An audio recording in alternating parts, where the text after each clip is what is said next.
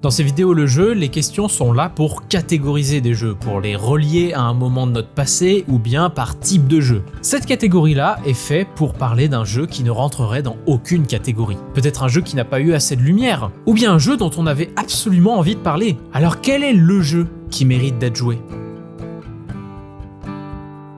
Je me suis rappelé que quand j'étais vendeuse en boutique de jeux, en fait, il y avait un jeu que je présentais systématiquement avec beaucoup d'engouement parce que moi je l'avais beaucoup aimé et que je trouvais que c'était parfait pour la demande de la personne. Mais à chaque fois, systématiquement, je n'arrivais pas à le vendre parce qu'il est pas très beau. Et que du coup, je pense qu'il donne pas très envie. C'est Savannah Park. Et je trouve que pour le public qu'il vise et le type de jeu que c'est, à savoir du placement de tuiles ou plus du déplacement de tuiles, il est parfait dans son style et surtout pour un peu initier des gens aux jeux de société et je sais pas, le côté jeu familial facile d'accès, il y est pile dedans quoi. En fait, on n'a quasiment pas besoin d'expliquer les règles. C'est tu mets tes tuiles sur ton plateau, tu dois faire des groupes d'animaux, les rassembler par troupeau et à chaque fois que tu vas prendre une tuile pour la déplacer, tu la retournes, tu pourras plus l'utiliser et point. Et tout le monde joue en même temps.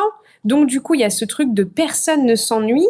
On a la notion du temps qui est réduite, ça va assez vite, tout le monde joue en même temps, donc voilà. Je sais pas, je trouve parfait pour à chaque fois cette demande-là de jeu familial qu'on n'a pas parce qu'ils en ont beaucoup, parce que voilà, on veut acheter ça à des amis qui ont déjà beaucoup de jeux et personne ne l'a acheté à chaque fois. Donc moi, je trouve que Savannah Park qui mérite d'être joué dans sa catégorie. Présentement, c'est certain que c'est difficile à dire parce qu'il y a beaucoup de jeux qui méritent d'être découverts. Il y a énormément de possibilités.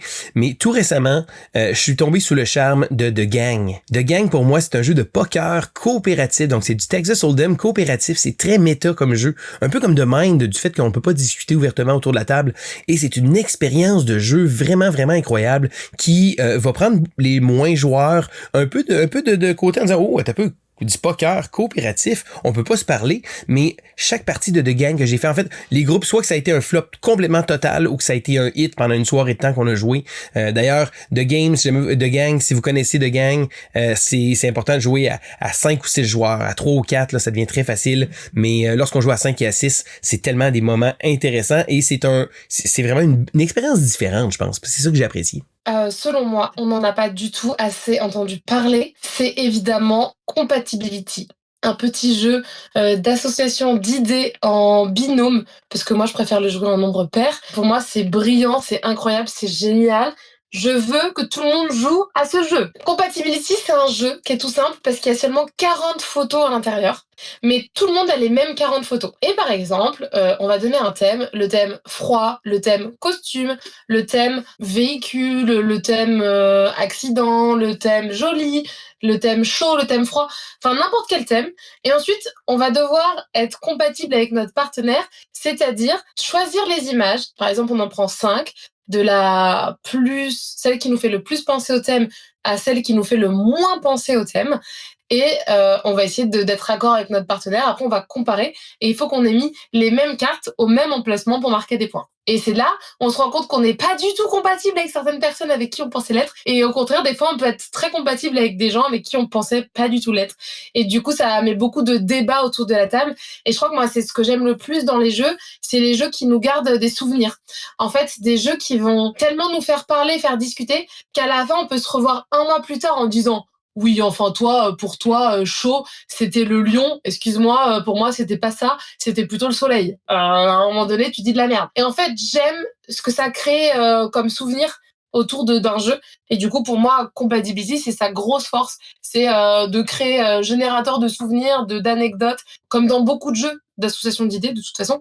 Mais celui-là le fait d'une manière différente et pour moi, brillante. Jouer à Compatibility. Bon, malheureusement, on le trouve plus à l'achat. Mais allez dans les barrageux et testez-le dans les barrageux. Je pense qu'il a eu de la lumière au moment où il est sorti, et je crois qu'il n'existe plus aujourd'hui. Mais c'est un jeu que j'adore, qui a forgé des souvenirs de vacances en famille, entre potes, incroyables. C'est le Grand Dalmouti. C'est tiré du président, c'est un peu un système de président. Et donc, les gens pensent que c'est juste un président, mais pas du tout. En fait, la distribution des cartes, elle est pyramidale. Donc t'as 12-12, 11-11, 10-10, jusqu'à 1.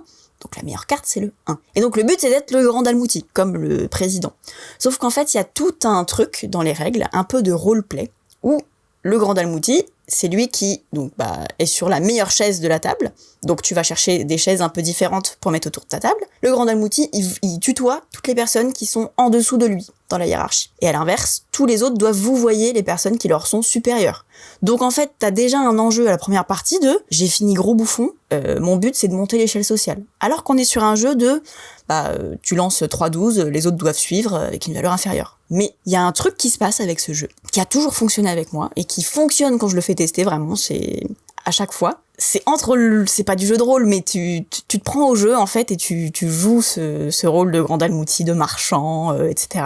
Et c'est trop chouette. Et c'est très simple à expliquer, la mécanique est hyper simple, mais cet équilibrage des cartes fait que ça en fait un jeu incroyable.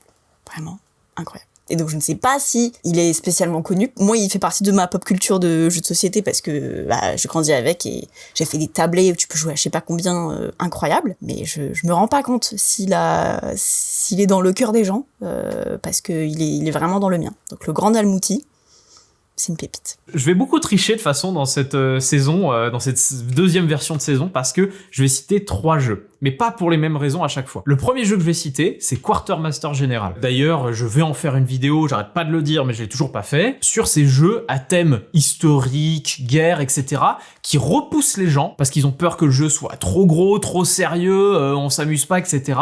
Quartermaster General, c'est l'exemple typique du jeu qui est mal jugé, alors qu'il est excellent, hyper accessible, qui s'apprend hyper vite et où on s'éclate autour de la table parce qu'en plus de ça, c'est une action par tour. C'est génial, Quartermaster General. Vraiment, jouez-y si vous en avez l'occasion. Jouez-y à 6 en plus parce que c'est un jeu en 3 contre 3 et 3 contre 3, c'est trop bien. Ça me rappelle mes meilleures heures sur Captain Sonar. C'est peut-être pour ça que je l'adore, Quartermaster General. Mais globalement, c'est pas parce qu'il y a le visuel guerre qu'il faut pas y aller. Le deuxième que je vais citer, c'est Zombicide Gear Up, qui a eu une injustice de ne pas avoir eu un vrai succès juste parce qu'il y avait Zombicide dessus. C'est-à-dire que ni les familles l'achetaient parce que y avait Zombicide dessus, et ni les joueurs de Zombicide l'achetaient parce qu'il y avait Zombicide dessus et que c'était pas un vrai Zombicide. Alors que c'est un excellent jeu qui peut être joué par toute la famille, et preuve en est, j'ai fait jouer énormément de gens qui sont vraiment pas habitués aux jeux de société, et pourtant c'est un plaisir fou à chaque fois. Jeu à cocher coopératif, d'ailleurs je crois le seul du marché, je suis même pas sûr d'en avoir vu d'autres, par l'auteur de Cartographeur, bref, un vrai plaisir. Et le troisième, c'est pour parler aux joueurs de jeux de gestion, et notamment les joueurs de jeux de gestion qui jouent tout seuls dans leur coin. Donc les joueurs de jeux de gestion qui veulent vraiment rester dans leur coin, qui veulent pas être embêtés, et qui ne passent pas le pas de jouer à des jeux solo, et notamment Legacy of You, qui est un bijou du jeu solo, qui est un bijou du jeu de gestion. Si vous aimez les jeux de gestion, vous passez à côté d'un des meilleurs jeux de gestion de votre vie, Legacy of You. Jeu solo, certes, mais plaisir et satisfaction de chaque action immense. Je dirais Tocit, que c'est un jeu qui est vraiment cool. Tu peux jouer à toute occasion avec des copains, de la famille, enfin vraiment, il se joue partout, tout le temps. Et en vrai, on le sort jamais. En animation, on n'y pense pas assez souvent, et même au magasin, enfin, peut-être il mériterait qu'on en parle un peu plus. Malgré tout le battage qu'il y a eu sur les réseaux autour. Mais... Et moi, du coup, dans un autre type de jeu, c'est Nouvelle Contrée, du coup, qui est sorti il y a un petit moment maintenant, mais oui, pour le coup, c'est assez original et ouais. Cette question, c'est l'enfer, parce que pour moi, tous les jeux méritent d'être joués. En fait, dans le sens où, si la question c'est, ils méritent d'être joués, pourquoi? Tous les jeux méritent d'être joués, il faut surtout pas se dire, ah, celui-là, j'en ai entendu pas du bien, du coup, je vais pas y jouer. Non, pour moi, si tu veux un avis sur un jeu, tu joues au jeu et tous les jeux méritent d'être joués. Bon. Il y en a un ou deux, on pourrait s'en passer. Qu'est-ce que c'est un jeu qui mérite d'être joué? Ça serait un jeu, peut-être qui est passé un peu vite sous les radars, ou qu'on oublie un peu, et que moi, j'aimerais vraiment dire que j'ai eu un grand coup de cœur dessus, et je continue d'avoir un grand coup de cœur dessus, et je trouve qu'il est exceptionnel sur un certain aspect, et il mérite d'être joué, c'est Les Animaux de Baker Street. A eu du succès, vraiment, mais pour moi, il n'a pas eu le succès qu'il méritait. Il n'a pas eu l'extrême succès qui, pour moi, il devait avoir. Ok, le gameplay était peut-être, pour certains, un peu simple. Je rappelle quand même que c'était un jeu familial qui s'adressait à être joué entre des plus jeunes et des plus âgés. Et pour le coup, ça marchait vraiment très bien. C'était très accessible. Le système n'était pas idiot. Et je trouvais qu'en tant que jeu d'enquête, il marchait quand même vraiment très bien le système pour s'adapter à des plus jeunes. Et on pouvait y faire jouer des beaucoup plus jeunes si on lisait les cartes. Mais moi, ce que j'ai trouvé absolument fabuleux dans Les Animaux de Baker Street, c'est que c'est pour moi le jeu à la narration la mieux écrite de toute l'histoire du jeu de société. Mais c'est une écrivain qui écrit habituellement des romans jeunesse ado anglaise. D'ailleurs, j'en ai acheté quelques-uns à ma nièce suite à lui avoir fait jouer aux Animaux de Baker Street, et elle a adoré les romans. Et c'est vraiment écrit de façon intelligente. Les personnages sont vivants, ils sont colorés, on rit quand on lit les textes. Il y a quelque chose de absolument pas neutre. Moi, c'est ce que je reproche à la plupart de la narration dans les jeux de société. Je la trouve souvent soit lisse, soit hyper générique, avec des phrases qu'on voit à 15 km d'avance, comme dans les jeux d'enquête. Il buvait son café et prit l'ascenseur. Enfin bon, on s'en fout, quoi.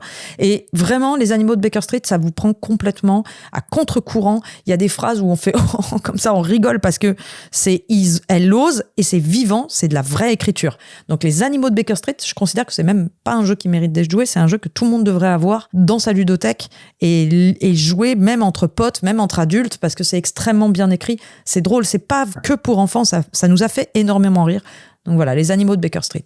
À ce moment-là, je vais y aller avec une suggestion que peu de monde connaissent présentement, tout simplement parce que le jeu n'est pas encore sorti. C'est un jeu qui sort cette année, qu'on a pu voir commencer à tourner dans les salons. Et là, je vais prêcher pour ma paroisse, parce que oui, je suis associé au Scorpion Masqué.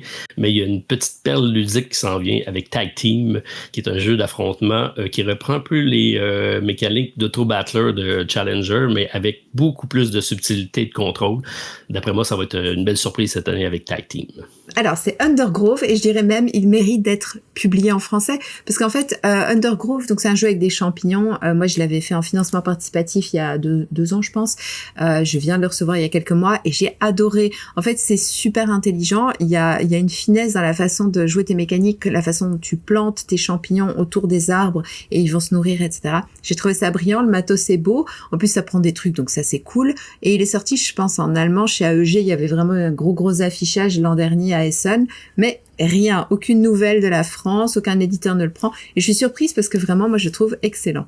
Il y en a plein, il y a plein de jeux, tu te dis, mais t'es là, en tant que commerçant, tu les as défendus, tu les as vendus, et tu dis, waouh, ils ont pas eu la carrière qui méritait. Je me souviens d'un jeu assez moche, mais qui était diablement malin, mais c'est peut-être pas le plus évident, qui s'appelait Riff. Le pauvre est sorti en même temps qu'Azul, alors qu'il était moche, il était sympa, il était malin. Je prends l'exemple d'un petit jeu, moi, qui m'a passionné, c'est le petit T42. Une fois que j'ai joué à T42, qui, je pense, a inspiré plein de trucs derrière, je pense à Challengers derrière, en beaucoup plus simple, ce mécanisme était génial, et je m'étais mis à acheter tous les jeux de sauteurs, parce que je trouvais qu'il y avait une intelligence dans le game design et dans l'équilibre qui était assez stupéfiante. Ce petit jeu de cartes absolument prodigieux de bataille, hyper intelligent, multi-paramètres. Cédric Chaboussi, de mémoire l'auteur, de mémoire un peu aidé, merci. Et j'avais trouvé ça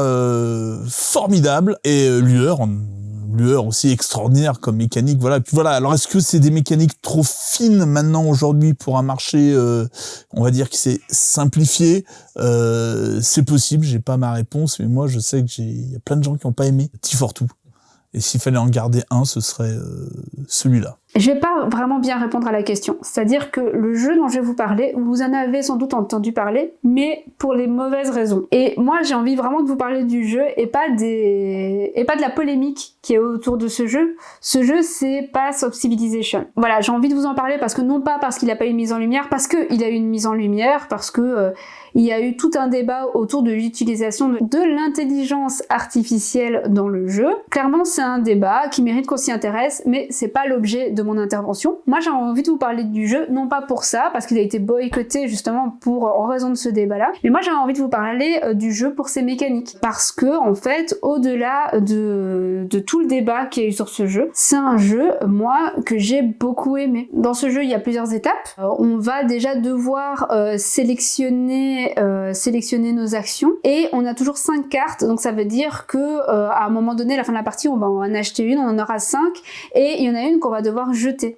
Et donc déjà, il y a toute une réflexion par rapport à ça. Est-ce qu'on se spécialise dans un des domaines, parce qu'il y a plusieurs pistes, voilà, qui sont dans des domaines différents. Mais ce qui est très cool dans ce jeu, c'est que déjà c'est du simultané, donc on peut jouer à quand même un grand nombre. Alors je sais plus si la limite c'est 5 ou 6, peut-être plutôt 5 joueurs, mais en tout cas c'est du simultané, et le fait d'être plusieurs va pas ralentir le rythme du jeu, hein, puisque voilà, simultané oblige. Et il va y avoir à chaque fois des objectifs à la fin de la manche. Parfois c'est un objectif, parfois c'est une carte militaire, et il y en a pas mal dans le jeu, donc ça aussi ça introduit une belle rejouabilité. Et en fait voilà, je voulais en parler parce que au-delà de tout toute la polémique qu'il y a eu autour du jeu, c'est un très bon jeu malgré tout, et on n'a pas assez parlé en fait du contenu de ce jeu. Alors pour moi il y a vraiment un jeu qui est une pépite, peut-être pas caché mais qui est vraiment excellent,